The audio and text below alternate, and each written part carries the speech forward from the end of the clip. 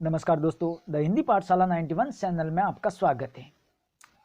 हमारा जो प्रकरण चल रहा है वो है हिंदी व्याकरण अति महत्वपूर्ण प्रश्नोत्तरी।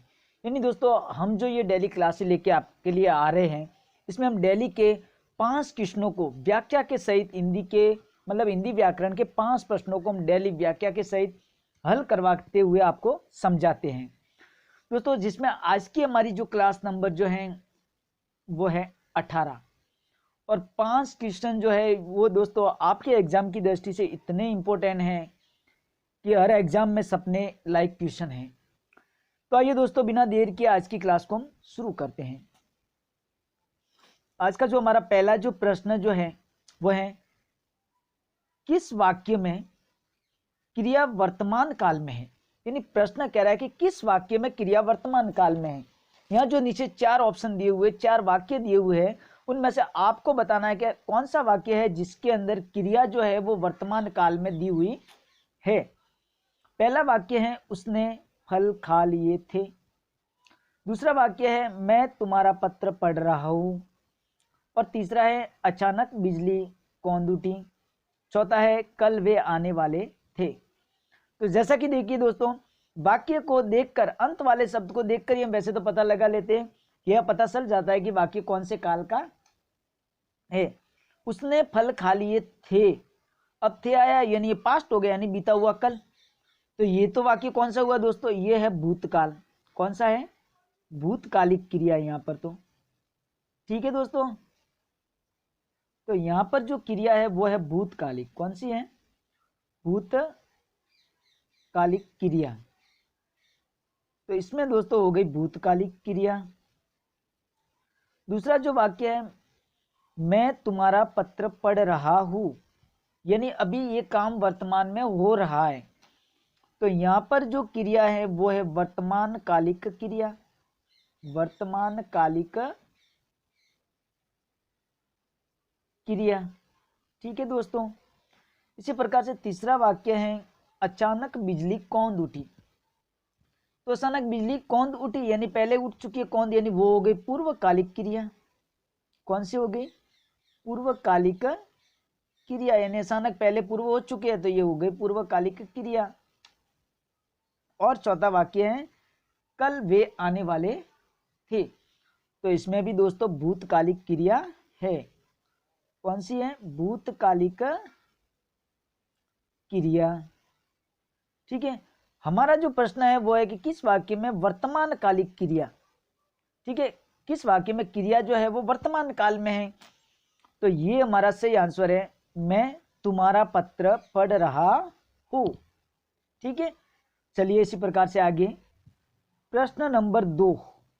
प्रश्न नंबर 2 है, वह जाता है। प्रश्न क्या कह रहा है? वह जाता है वाक्य में क्रिया का प्रकार है। यानी जो वाक्य दिया हुआ है वह जाता है, इस वाक्य के अंदर कौन सी क्रिया होगी? अकर्मक होगी, सकर्मक होगी, प्रेरणार्थक होगी या फिर द्विकर्मक क्रिया। तो इन चारों ऑप्शन में से कौन सा सही है? तो देखिए दोस्तों, बात करें हम अकर्मक की, तो अकर्मक में क्या होता है कि इसमें कर्म होता ही नहीं है। ठीक है, उसमें कर्म होता नहीं है। दूसरी बात, सकर्मक की बात करें तो कर्म युक्त होता है। कर्म युक्त होता है यानी उसके अंदर कर्म होता है। तीसरी बात करें कि प्रेरणार्थक, तो प्रेरणार्थक में क्या होता है कि जो कर्ता जो होता है, कर्ता क्या करता है? कर्ता स्वयं कार्य नहीं करता। कर्ता स्वयं कार्य को नहीं करता। कर्ता स्वयं कार्य नहीं करता, यानी कर्ता जो है वो स्वयं कार्य नहीं करता, तो फिर क्या करता है? वो दूसरों को कार्य करने की क्या देता है?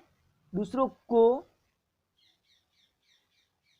कार्य की प्रेरणा देता है, या कार्य करने की क्या देता है?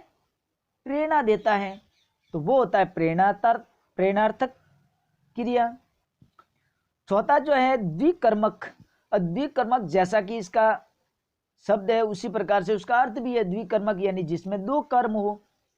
कितने कर्म प्रयुक्त हो रहे हो? 2। ठीक है, मुख्य कर्म और गौण कर्म, 2 कर्म प्रयुक्त हो तो वो है द्विकर्मक क्रिया। दोस्तों हमारा जो वाक्य जो है, प्रश्न जो है वो है कि वह जाता है। अब देखिए वह हो गया कर्ता, ठीक है दोस्तों, वह क्या हो गया, कर्ता। और जाना, जाता जो है वो हो गया क्रिया, ठीक है। और इसके अंदर कर्म तो है ही नहीं, इसका मतलब हमारा जो सही आंसर जो है वो है ये फर्स्ट, अकर्मक क्रिया। इसी प्रकार से देखिए दोस्तों प्रश्न नंबर 3। प्रश्न नंबर 3 है राम पुस्तक पढ़ता है। ये एक वाक्य दिया हुआ है, राम क्या कर रहा है, पुस्तक पढ़ता है। वाक्य में क्रिया है।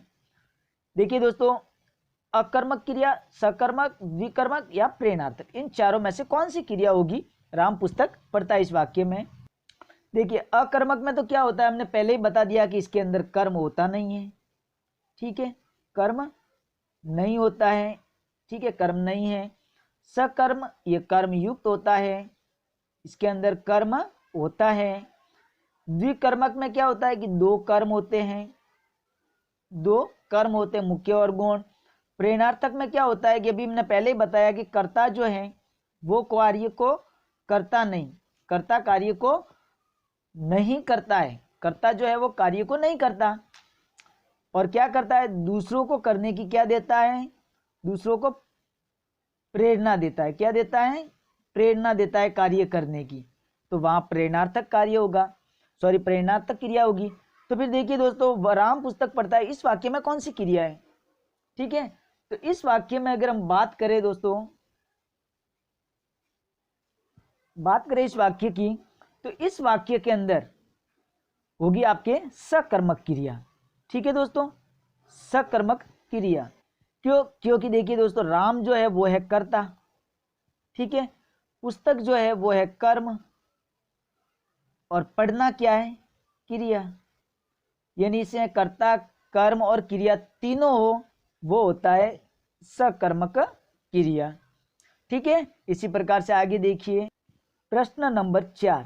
प्रश्न नंबर 4 है अकर्मक क्रिया का उदाहरण है, यानी आपको अकर्मक क्रिया का उदाहरण बताना है।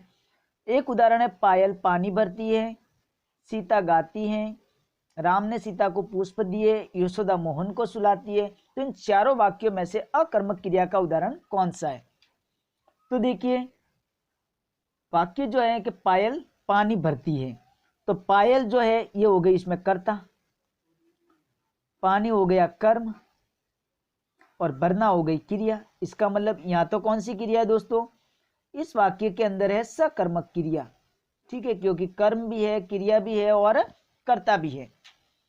सीता गाती है, अब सीता क्या है, कर्ता है, और गाना क्या है, क्रिया है, ठीक है, लेकिन कर्म नहीं है इसके अंदर, इसके अंदर कर्म नहीं है। इसका मतलब हमारा सही आंसर जो है यही है, अकर्मक क्रिया का उदाहरण।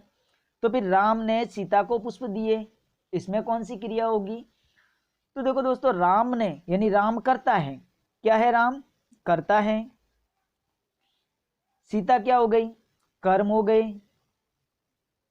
ठीक है। पुष्प भी क्या हो गया, कर्म हो गया। देखो राम ने सीता को, किसको, सीता को, कर्म, ठीक है। अब ये भी कर्म है, पुष्प भी, ये गौण कर्म हो गया, मुख्य कर्म ये सीता है, और देना हो गई क्रिया, देना हो गई क्रिया। तो इसके अंदर दोस्तों बात करें तो है द्विकर्मक क्रिया, कौन सी है, द्विकर्मक क्रिया है।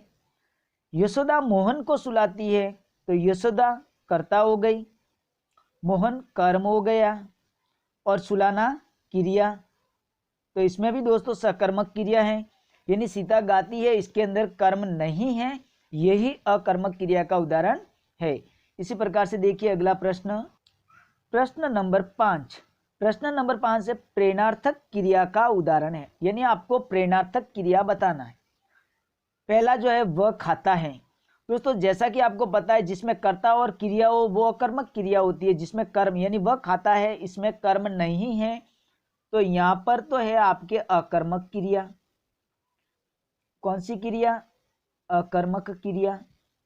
मोहन घर गया, यानी मोहन घर गया, इसमें सकर्मक क्रिया है, क्योंकि इसमें कर्ता, कर्म और क्रिया तीनों है, तो इसमें हो गया सकर्मक क्रिया।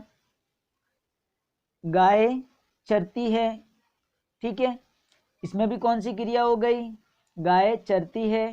तो दोस्तों गाय चरती है, इसमें भी अकर्मक क्रिया हो गई, ठीक है, क्योंकि कर्ता कर्म क्रिया तीनों नहीं है, तो इसमें भी है अकर्मक क्रिया। फिर अगला जो है, अध्यापक छात्र से पाठ पढ़वाता है।